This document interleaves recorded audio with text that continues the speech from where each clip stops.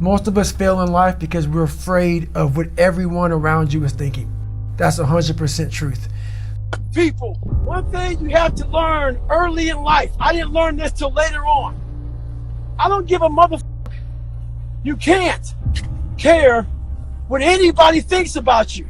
If I cared what people thought about me, you think I'd be yelling out here, doing a 105-pound ruck, talking shit? This is who I am.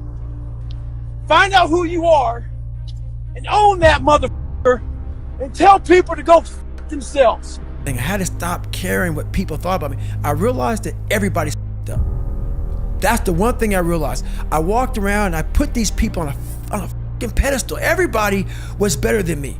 So I can't tell you anything about me because you're gonna judge me and I'm gonna feel even worse than what I am.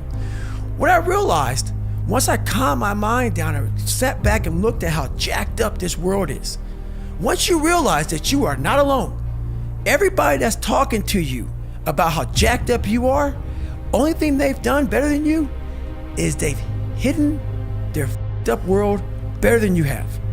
That's all they've done. We live by the narrative of other people. When I first called a recruiter to be a Navy SEAL and I was 297 pounds, the first recruiter looked at me and said, "You're not gonna be able to make this, man." So what he was doing was he's projecting his energy on me. He knew he couldn't be a fucking Navy SEAL. So God helped this black guy, because I was only the 36th African American to make it through in over 70 years. How's this black fat guy gonna make it through in my ass? He wouldn't even want to try. So he's projecting this. So a lot of us who are negative people, all we do is project how we feel on other people. A lot of times I'll be in a 200-mile run or something like that, and I'm all jacked up. Body's broken, mind's broken, spirit's broken. I started to say, what if I can pull this off? When I first walked into the Navy SEAL recruiter's office, he looked at me and said, there's only been 35 African Americans in 70 years make it through. You know what I said to myself? What if I can be the 36th? It's the what if I can pull off a fucking miracle. What if I can become someone that no one thinks I can be? And just me talking about that, I have the hair going up on my arms because it makes me just like, what if? So what happens is that there's a lot of negative people walking around the planet Earth who are afraid to try, because a lot of people are very negative in this world. So we are afraid to fail. Why? I told you, man, you shouldn't even try it, dude. Just chill out, relax. Why are you so crazy? Why are you so obsessed? So all that stuff drives the quitting mind, I call it. The mind wants to quit. The mind's tired. The mind thinks it's very deserving. So the biggest problem in this world is other people, not yourself. It's other people in your head. They are puppet mastering you pretty much on your life. My next door neighbor 2 months ago, she just killed herself. Tons of veterans I know, they killed themselves. I got an email 2 weeks ago from a family member that an 11-year-old boy killed himself from people at school bullying him. One thing about life is that people in life, they are the ultimate puppet masters. They exploit your weakness and they love to walk you around life and own space in your head. One of the biggest ways to cut those strings and walk on your own 2 fucking feet to your own destination in life is to build self-respect, self-esteem, self-discipline, all those things. Stay hard is not just about going to the fucking gym. Stay hard is about going that extra step and you fucking can't. That's what builds self-esteem and self-respect. Stay hard. Because I realized once I was talking to myself the right way and all this shit wasn't in my mind, wow. I went from this piece of shit kid who thought he was dumb, not successful, insecure, who stuttered when I first saw somebody, to a person who can now do all these things just because I now control my own mind. When you get to the point where you really fucking don't care, you're dangerous. You become very, very dangerous. I'm not saying don't care like, I don't care if I do that. No, when you don't care about other people and how they view you, about how you walk, how you talk, how you dress, where you want to go with your life. With success in life comes more haters. Don't make them hurt your feelings. Use them for fuel. Use them for energy. In times of need, put them on the fucking mental Rolodex in your mind. And when you don't want to do shit, roll through your brain. Pull up that motherfucker that you need. That person who said you couldn't do something. Weren't fast enough, good enough, smart enough, where the fuck it may be. Use it for energy. Instead of killing them with kindness, torch them with fucking success. In life, we have to continue pushing past the odds. Use everything this world has to give you for fuel. Stay hard. You know, growing up, I didn't want to tell anybody I wanted to be in the military. Because why? Some of my black friends, I was afraid of what they think. I was afraid of what other people thought about me. So now, when I go in the military, I didn't know you want to fucking join the military. I ain't tell you because I was afraid of what you thought. Once again, man, you allowed other people to shackle your mind. It's the worst thing in the world. So when I saw the military uniform when I was growing up, I thought to myself, if I can get that uniform on, I would find honor in wearing the uniform. So not only do I want to be in the military, I want to be in special ops. But I realized to be in special ops, you gotta know how to swim. So I got a how-to book on swimming. The first page was easy, float. So I went to the pool, tried to float. I sank right down to the bottom. I realized I was naked and boring as hell. The more I failed, the more my father's words would creep into my mind about how I'm not good enough. All this other bullshit he said to dehumanize me. As time went on, I started realizing the more I didn't quit, the more self-respect I gained. And the power was all mine. In life, it's important to do one thing. Many people will try to dehumanize you. It's up to you to find self-respect and dignity in yourself. You don't need a uniform to have honor. You need to have pride in yourself, dignity. Stay hard. You have to first accept it before you can fix it. A lot of people walk around, oh man, I'm good. I'm good. No, you're not. You have to accept what you're not. You have to, and people don't want to do that. That's the only way you can fix it. You have to accept it first before you can go on the journey. A lot of folks never even start the journey, man. They never start the journey because they live in this fake life that who they want to be, they act like they are, but they're not because they haven't fixed all this stuff yet. You got to fix this first before we can start our journey in life. So that's why I have them make this list. You fix these problems, now your journey can begin because you no longer care about how people are judging you. When you care more about how someone's judging you, you're going to stay right there. There's no forward momentum.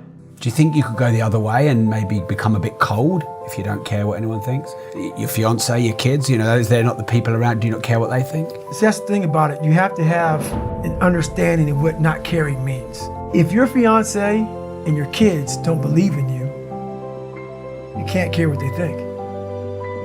That means you chose the wrong support staff. So that's why a lot of people don't understand one another. Your support staff has to be like, if I'm going to go out and do whatever it is, my support staff is, my fiance. If she's like, you know what, I don't think that you should be doing that, I have to take it, why? So I can be open-minded. So why are you saying this? But if she's saying it because of her, that's not the right thing. Because I need backing to do what I'm going to do. Open-mindedness, I need support. So you got to be very clear thinking about all that stuff. For instance, there's all these things that are on TV, and we have all these news people judging people who f up in life. And yeah, they made big mistakes.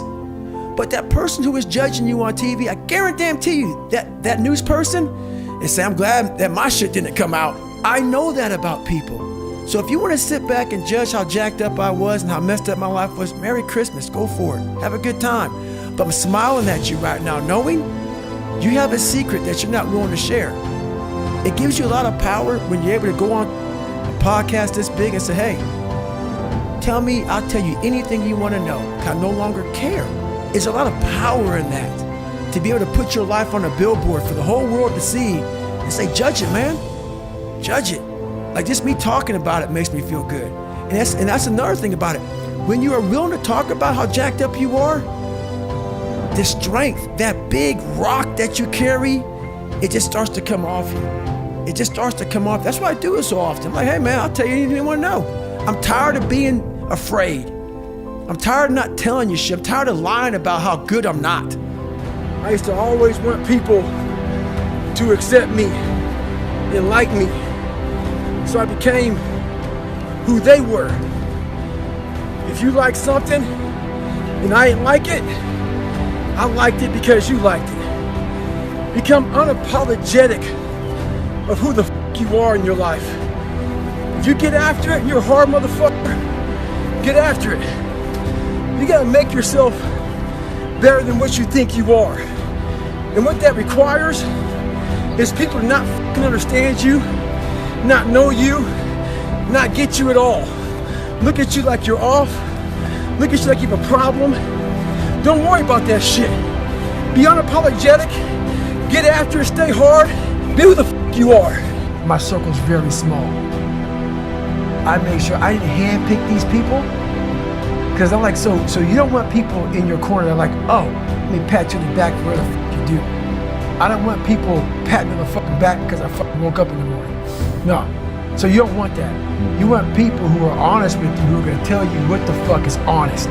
Honest and truthful people. So someone who's honest and truthful, who has lived and is accountable for their own personal life, that's who you want in your corner to say, hey man, you know, you're pretty fucking dumb for doing this, dude. Like, this is not smart. Or you're being a turd today. You're not getting after it. That's who you want in your corner. So you don't want a lot of people, hand-pick people to be in the corner who kiss their fucking ass.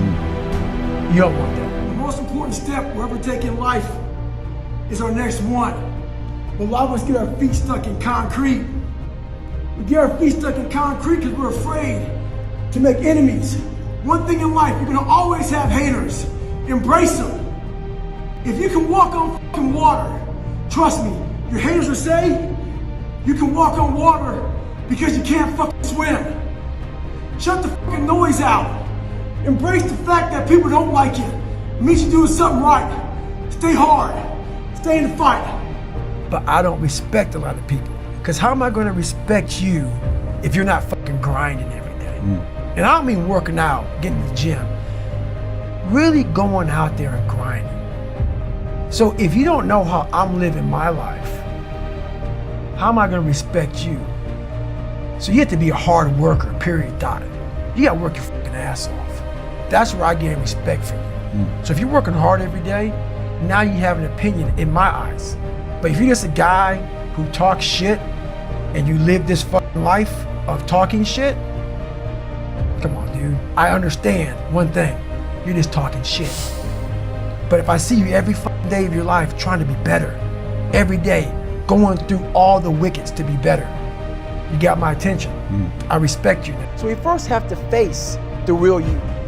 The real me is David Goggins. The real me is a guy looking at you right now saying, I don't want to fucking be on this show right now because I used to stutter as a kid. And I'm afraid of that. I'm afraid that here in a second, I'm gonna start fucking stammering and stuttering and the whole world's gonna know that I have all these issues. But that's when I see right now, okay, Goggins, you gotta go on this fucking show. That's Goggins. Goggins is saying, okay, David Goggins, you're a punk. Life made you this way. We can't live like this. We can't live in fear. We can't live in judgment. We can't be afraid of what the fuck people right now are looking at me saying about me. We cannot be afraid of that. That's Goggins. Goggins saying, fuck all of you who don't like me, who don't want it. And that person then comes in. But you have to be David Goggins and say, man, I'm afraid of this. I'm fucked up here. Life made me this way here. I stutter. I have these issues with reading and writing, and I'm fat and I'm insecure. You have to face that in that dark room. In that dark room is who you are. But in that dark room is where you have to create another human being that walks out of that dark room to face who you are. That's the only way you're gonna get over all those things. You have to create someone else. Not like you have two different personalities. It is you. But you have to find strength. And that visualization of almost me cracking out Goggins, like almost like that Superman cape, like I'm coming out a different person, a person that doesn't give a fuck about anything. That's Goggins.